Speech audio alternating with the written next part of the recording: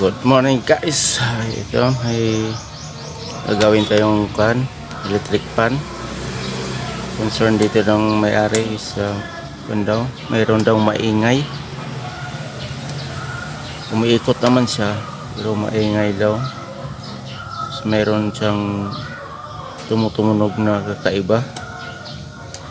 Yan sabi ng customer. Okay, ito isaksak natin. Try natin siya.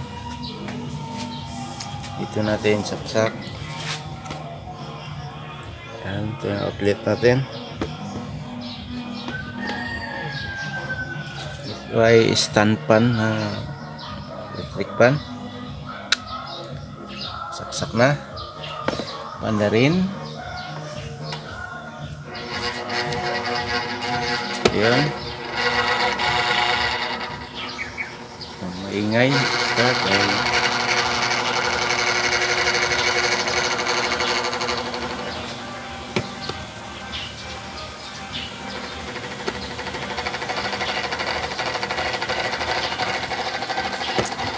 Iba pa tong ingay niya ganito. May iba pa daw nga maingay. Guys, yun ang solusyonan natin.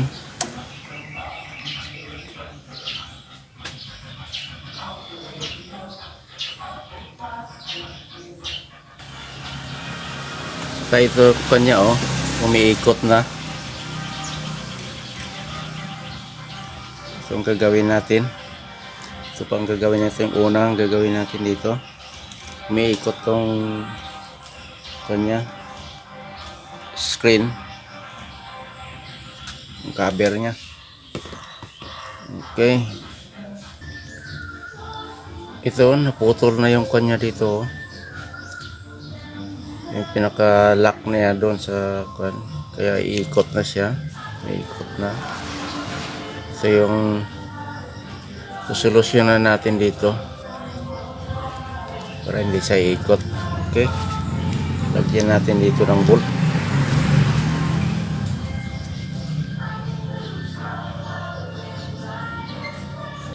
Yan, try natin banda rin kung maingay pa ba.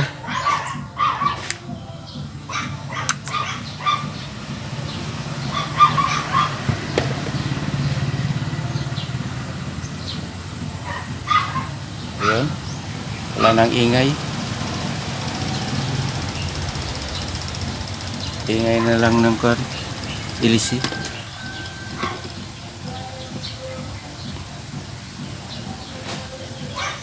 Okay, solve na ang problema. Yung nasira na yung kabitan ng ng screen.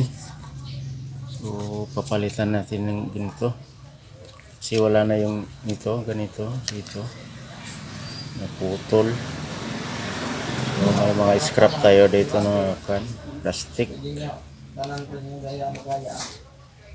Okay, ito lang yung papalit natin kasi mayroon naman tayong scrap. Kapag wala, gagawa tayo ng ganito dito. Mayroon tayong nakita. Ito ang gagawin natin. Ito na guys, tapos na. Tapos na yung ginawa natin. Nilagyan natin ng panghila. Na-install na natin ito lahat. Nalari natin, nakasaksak na. Ayan, wala nang ingay. Magkahiwalay ang dalawang bagay na iyon. Ayan. Ayan guys, hihilay natin ito. Ayan siya. Kaya dapat malinis ang bawat silo, lalo na ang lugar na ito. Ayan. Ikaw na pinaka, ang lakas ng loob ng bangay na ito, saan galing ang tulay nito? Sumalik ka na. Okay. Ayan ito. Hindi na naman po pinasugat. Bakit mo pa sinusugat? Ano naman kung itulak ko siya? Ayan. Sinaga niya ako.